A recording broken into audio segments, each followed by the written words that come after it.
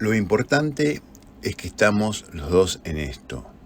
Nos cubrimos las espaldas. Imprescindible es lo que hace uno como lo que hace el otro, decía, riéndose, enseñando su dentadura cariada. Y Jorge aún se mantenía incrédulo a pesar de haber visto aquello. Palito se había filtrado como un fantasma entre la gente. Unas veces fingía tropezarse.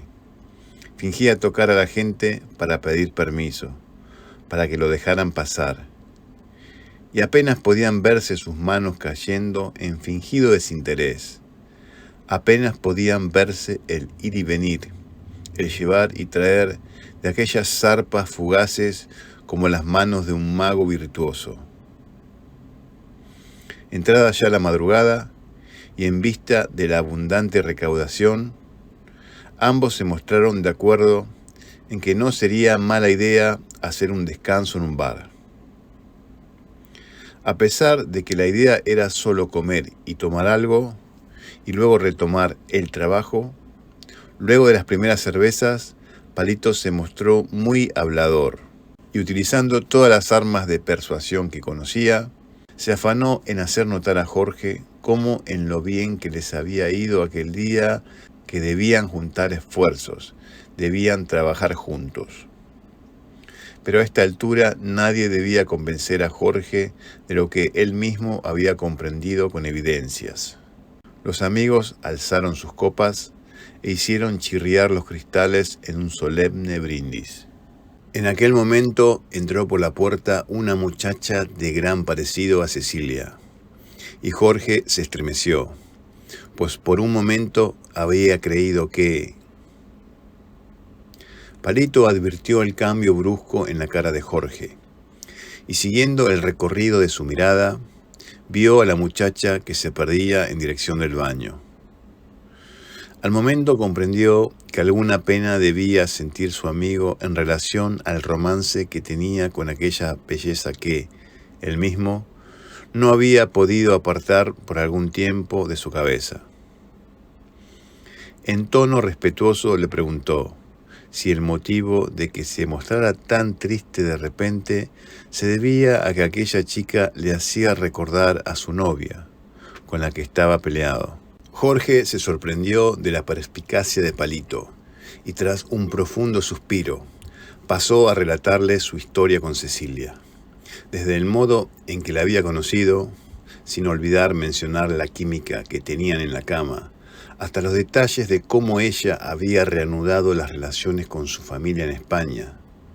Le habló además cómo retumbaba el nombre de Walter en su cabeza y de cómo en un abrir y cerrar de ojos ella partió rumbo a Europa. Palito escuchó sin inmutarse, sin siquiera moverse un ápice en su silla, como si temiera perderse cualquier detalle, por mínimo que fuera. «Si querés mi opinión», dijo, una vez estuvo seguro de que Jorge había concluido en su narración. «Las minas son todas iguales, y lo mejor es que te olvides de ella. Ya no va a volver». «Eso ya lo sé», respondió Jorge. «Pasa que de vez en cuando se me viene a la cabeza sin que yo quiera, y en los momentos menos pensados». Dando por concluido el asunto, Palito alzó su copa para que Jorge volviera a brindar con él. Un nuevo choque estridente de cristales se oyó en medio del general bullicio del bar. Era ya cerca del amanecer cuando Jorge llegó a su casa. Un gran esfuerzo le había costado bajarse del taxi. Tal era la borrachera que llevaba tras la prolongada estadía en el bar. Una vez adentro, se sentó junto a la mesa y comenzó a repasar con la mirada el cada vez más penoso estado en que la casa se encontraba. Desde la partida de Cecilia, no había siquiera movido un músculo para levantar lo que cayera al piso. No había pasado la escoba. No había lavado siquiera un plato. Y la montaña de cosas para lavar se hacía cada vez más grande. Pero le agradaba que aquella aura que había recubierto la casa desapareciera en la capa de polvo que cubría el suelo, entre el montón de ropa acumulada sobre la silla. entre el olor rancio de la basura sin sacar en la cocina. El toque suyo debería haberse ido con ella en su valija. De todas formas, ya está muriendo por sí solo, lentamente, pensó. Se puso en pie y volvió a sentirse mareado, pero una nueva sensación de plenitud se ensanchaba en su pecho después de aquella noche. Disfrutaba cada vez más de la compañía de Palito y, aunque a su entender la víspera había sido más que fructífera, él habló de un proyecto mayor, que les daría a ellos un respiro, la oportunidad de evitar las calles durante algún tiempo. Envuelto en estos pensamientos, fue hasta la habitación y así como estaba, se tiró en la cama, que tenía las sábanas revueltas y sin cambiar desde el viaje de Cecilia.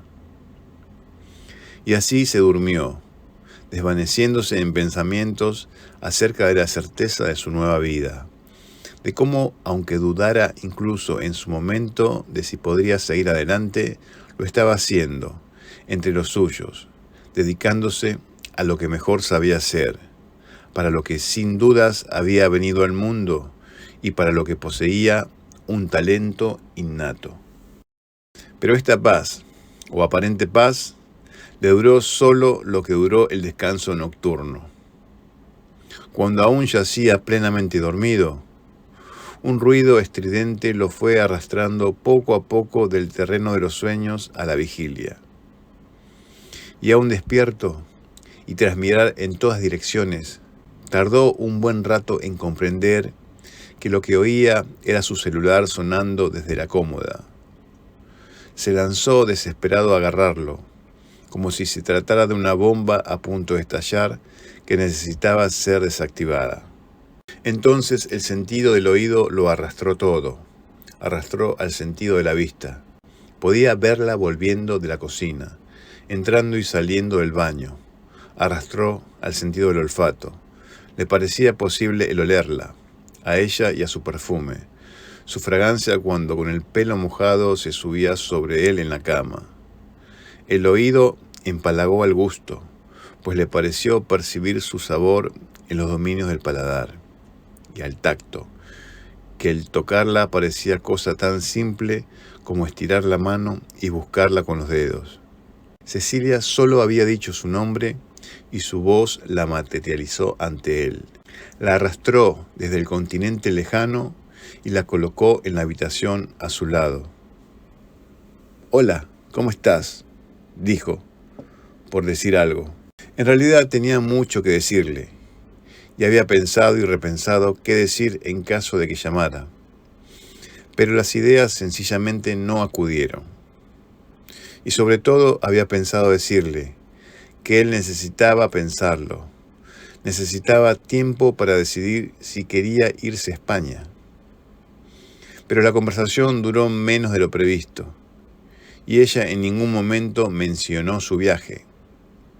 Habló sobre el cada vez más delicado estado de su padre. Su voz parecía cansada, quizás estaba resfriada, o tal vez solo había llorado mucho. Pero ni una vez había dicho algo en relación al viaje de él a España, al viaje que los reencontraría. Tras cortar se quedó un rato mirando el celular, como si en aquel aparato pudiera hallar respuestas a sus preguntas. Alzó mecánicamente la mano e hizo el gesto de arrojarlo contra la pared. Pero cerró los ojos, respiró hondamente y lo dejó sobre la cómoda. Fue a sentarse en la cama y, rascándose sonoramente la cabeza, se puso a pensar en la conversación que acababa de tener con ella. Había algo que lo irritaba sobremanera, y no era el que ella no hubiera hablado sobre el reencuentro. Era que mientras hablaban, en algún momento, alguien había cerrado una puerta. Alguien salía. Alguien dejaba la habitación donde Cecilia estaba hablando por teléfono. Y habían cerrado la puerta con cautela, como si hubiese un pacto de que Cecilia debía aparentar estar sola mientras llamaba. Pero no lo estaba. ¿Era Walter quien salía por esa puerta? Sin dejar de rumiar este asunto, Jorge fue hasta el baño para darse una ducha. Y mientras se enjabonaba todo el cuerpo bajo el agua, seguía escarbando en su memoria a ver si descubría algún otro indicio del oído por detrás de las palabras de Cecilia. Otro sonido que evidenciaba que era Walter quien estaba junto a ella. Pero lo único que escuchó, por debajo del agua que le caía, era que su celular sonaba de nuevo en la habitación. Así como estaba, salió corriendo de debajo de la ducha y se lanzó en una frenética carrera hasta la cómoda. Sin embargo, al levantar el celular descubrió que no era una llamada lo que había recibido, sino un mensaje, en donde le informaban que había sido elegido para un gran descuento en un crucero por el Caribe. Ahora sí que lanzó el aparato de su mano enjabonada, pero, arrepentido a último momento de dirigirlo de lleno a la pared, lo tiró sobre la cama. De todas formas, el aparato voló con la suficiente velocidad para no quedarse allí, sino que siguió su recorrido por el aire e impactó contra la puerta, desarmándose por el golpe. Tras un grito de terror, Jorge corrió a juntar todas las partes dispersas del aparato, y no se sintió aliviado hasta que pudo ensamblarlo en su totalidad, y hasta que comprobó que no se había dañado tras la caída. Al recuperar la señal, el celular recibió un nuevo mensaje, el cual informaba que alguien había intentado llamar unos instantes atrás. Decía también el número desde el cual habían realizado la llamada. Pero esto a Jorge no le inducía nada, ya que él no conocía número alguno. Ni siquiera sabía el número de Cecilia, pues ella era siempre la que lo llamaba a él, y él nunca había agendado su número. Y lo único que recordaba al respecto era que terminaba en 52, ya que lo había visto reiteradas veces en la pantalla del teléfono. Pero en caso de que hubiera sido Cecilia quien de nuevo hubiera llamado, no lo habría hecho desde su propio celular, debido a los costos de la llamada. Pero además, sabía que no había llamado desde allí porque en efecto el número no terminaba en 52. Dejó de nuevo el celular sobre la cómoda, esta vez con mucho cuidado, y volvió al baño para terminarse de ducharse. Al terminar, y mientras se secaba, se enfureció consigo mismo por dedicarle tanto tiempo a aquel asunto. Recordó que se le hacía tarde, pues entre las cosas pactadas con Palito, habían arreglado encontrarse aquel día. Al poco estaba listo para salir, y en la puerta se detuvo con medio cuerpo afuera, asaltado por la duda de si debía llevar consigo el celular. Sin moverse de donde estaba, cerró con violencia la puerta. Era como si quisiera castigar a Cecilia por si llamaba de nuevo, como un modo de decirle que él dejaba olvidado el teléfono allí y no le importaba si ella llamaba o no. Pero toda aquella idea no tardó en revelársele como absurda, y esta certeza le llenó de intranquilidad lo restante del día, impidiéndole concentrarse de lleno en nada. En esta oportunidad estuvieron reunidos los 4 futuros miembros del grupo. Jorge se alegró de ver de nuevo a Iván, con quien desde hacía rato no se encontraba. Pumba tenía el mismo aire ausente de la última vez, y bajo el pómulo derecho mostraba los rastros de un hematoma. ¿Quién sabe si el propio Palito no lo habría castigado por algo que había hecho?, pensó. Cada vez que lo veía, se convencía de que aquel pobre desgraciado era retrasado o tal vez algo peor. Pero ninguno de estos detalles lo hacían menos temible, y por lo que había oído, menos peligroso. Jorge se sorprendió a sí mismo al enterarse de que Palito se había encontrado por separado con los demás integrantes del cuarteto, como desde entonces lo llamó. ¿Eran realmente serios sus planes entonces? Pero, ¿qué pensaba hacer? ¿Para qué los necesitaba? ¿Eran necesarias tantas precauciones y tanta preparación para el golpe que pensaba dar? A su tiempo, cada una de estas preguntas le serían contestadas. La mayor parte de aquel día lo pasaron en un local de comida rápida, escuchando los discursos de Palito en relación a la lealtad, a la necesidad de que las espaldas de cada uno de ellos debían llevar los ojos de los otros, y los ojos debían a su vez estar protegidos por las espaldas del que tocara. Todos juntos, todos una unidad. A Jorge le parecía incluso que Palito hubiera sido un buen orador, un excelente político, si hubiera querido, lo cual no lo desviaba mucho de su actual oficio delictivo. Aunque trataba de animarse con este y otros pensamientos parecidos, Jorge no podía evitar que una y otra vez el recuerdo de la conversación con Cecilia le viniera a la mente, y cualquier intento por librarse de ese pesar era inútil, y hasta peor. Era como empujar a un cuerpo al que sostenían unos resortes. Cuanto mayor era el envión que se le daba, tanto mayor era la fuerza que lo traía de vuelta. En un momento Palito y Jorge quedaron solos a la mesa, ya que Iván estaba en el baño, y Pumba se hallaba en el mostrador para comprarse un helado. Aprovechando la oportunidad, Palito le dijo: «Tengo ciertas dudas acerca de que Iván entienda hasta el final la idea de lealtad que necesito para lo que haremos de acá a poco. Y sé que vos tendrás ciertas dudas acerca de si podrá mi hermanastro estar a la altura de las circunstancias cuando éstas se presenten». «Iván es de confianza», respondió Jorge, sorprendido de cómo Palito había notado la desconfianza con la que miraba a su hermano. «Ya lo sé», continuó Palito, «pero eso no es suficiente. Es necesario que esté dispuesto a sacrificarse en caso de que sea necesario. Es necesario que todos estemos dispuestos a hacerlo. En el caso de Pumba te puedo decir que te quedes tranquilo. Él obedece mis órdenes sin chistar. Es como si tuviera unos hilos invisibles para manipularlo.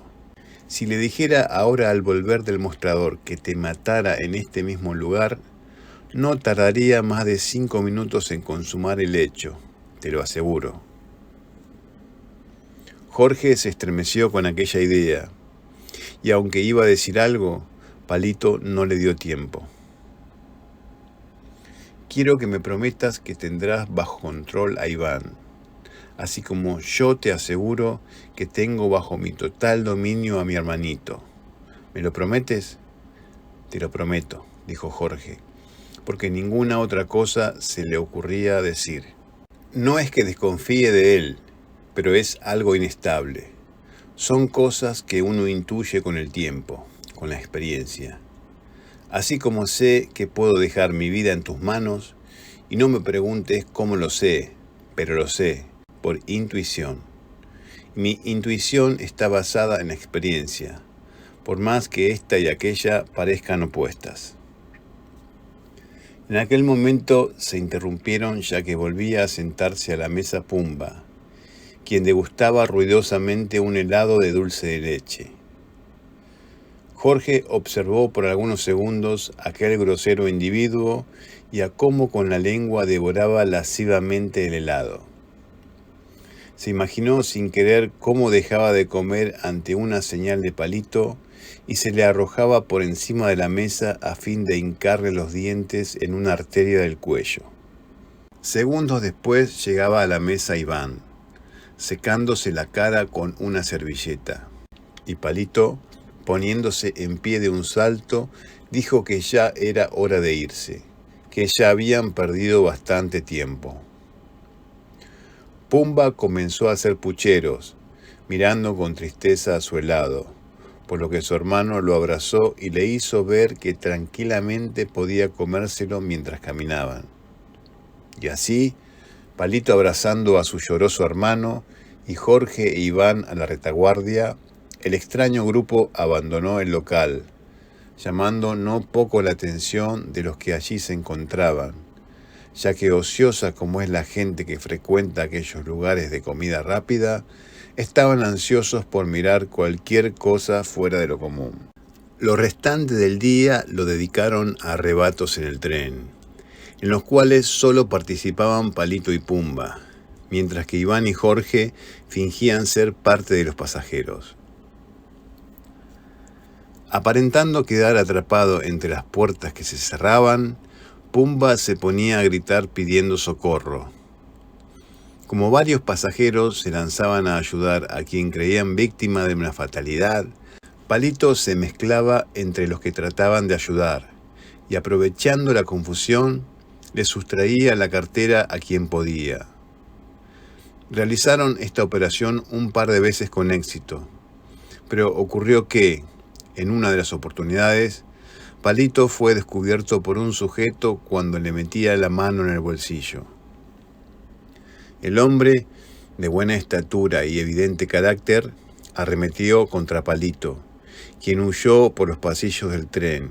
Sin que estuviera pactado, Jorge e Iván corrieron a su vez tras el sujeto, y cuando éste ya le daba alcance a su compañero, Iván le dio un violento empujón que lo hizo caer y golpearse la cabeza contra uno de los asientos. Hecho esto, los tres corrieron a través de los vagones hasta el final del tren, al ver que se detenían en una estación. Bajaron al andén y con gran velocidad abandonaron la estación. Pumba, que todo lo había presenciado, se le sumó a los pocos segundos en una carrera que dejó en evidencia que pese a ser gordo, podía moverse con rapidez cuando era necesario. Los cuatro se sentaron en un descansillo a recuperar el aliento, y no se decían nada, solo se contemplaban en silencio, y Palito fue el primero en decir algo. Y en su cara podía leerse que, además de dar las gracias, decía algo así como: ¿lo ven? A eso es a lo que me refería cuando hablaba de lealtad. Una hora más tarde, Jorge e Iván caminaban solos luego de que el grupo decidiera por común acuerdo que lo mejor sería concluir las actividades del día. Todavía estoy agitado por lo ocurrido, dijo Iván, guardándose los billetes que Jorge acababa de darle. Sí, fue intenso, respondió Jorge, pero salió todo bien. Vos estuviste muy bien. Sí, me salió como me salió, pero ahora me siento un poco mal. No sé si decir culpable o algo así. Es posible que aquel hombre se haya roto la cabeza al caer contra los asientos. Si lo que vamos a hacer con estos tipos va a llevar siempre tanto riesgo, tanta violencia, no sé. De pronto Jorge volvió a oír las palabras de Palito cuando se hallaban sentados a la mesa, y comprendió que era posible que él hubiese descubierto alguna debilidad en el carácter de Iván que hasta entonces le pasara desapercibida. No sé qué. ¿Qué pasa, Iván? ¿No fuiste vos mismo el que me insistió para que nos uniéramos a ellos? Sí, ya sé. No me hagas caso. Hoy no tengo un buen día. Además, no tiene que ser siempre así, creo. Pero tenemos que estar preparados para lo que venga. Eso lo sabés, ¿no? Además, Palito ha dicho... Sí, ya lo sé. Lo del asalto a la casa de cambio. Al llegar a este punto, Jorge enmudeció. Sencillamente no podía creer que Palito le hubiera confiado a Iván el secreto de su gran empresa. En cambio, para él, todo aquello le seguía siendo un misterio. Venía entonces a enterarse por medio de Iván, a quien él mismo debía encargarse de mantener controlado. A un Iván que, a su entender, no comprendía hasta el final lo que era la lealtad, aunque a él sí le habían confiado los secretos del gran golpe.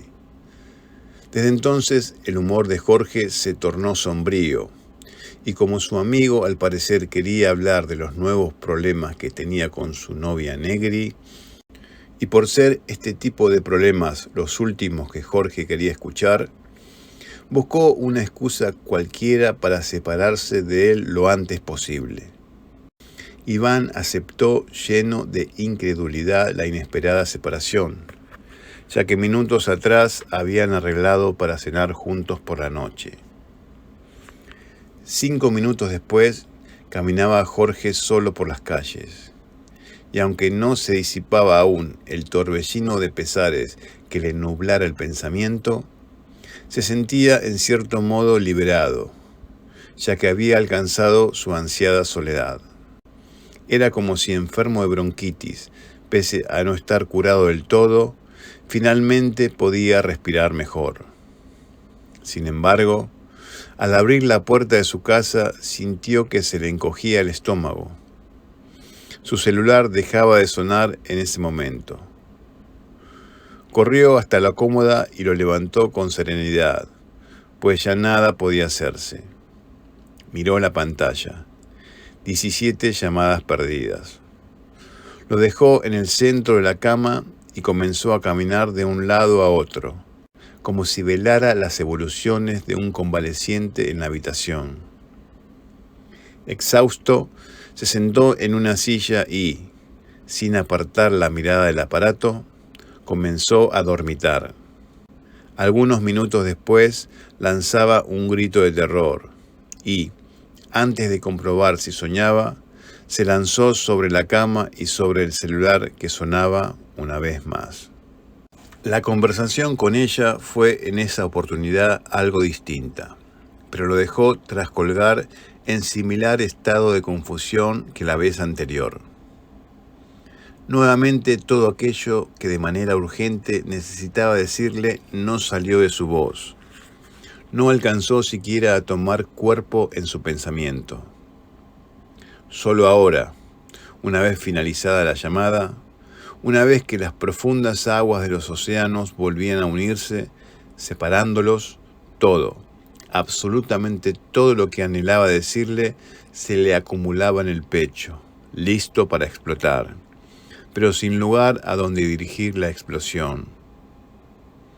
De nuevo, comenzó a caminar de un lado a otro de la habitación, como si buscara algo, pero al poco de tomar un rumbo, giraba en la dirección opuesta y reanudaba su ir a ninguna parte. Tropezaba de cuando en cuando con los cada vez más abundantes objetos que yacían desparramados por el suelo. A veces los pateaba al cruzárselos, a veces los ignoraba.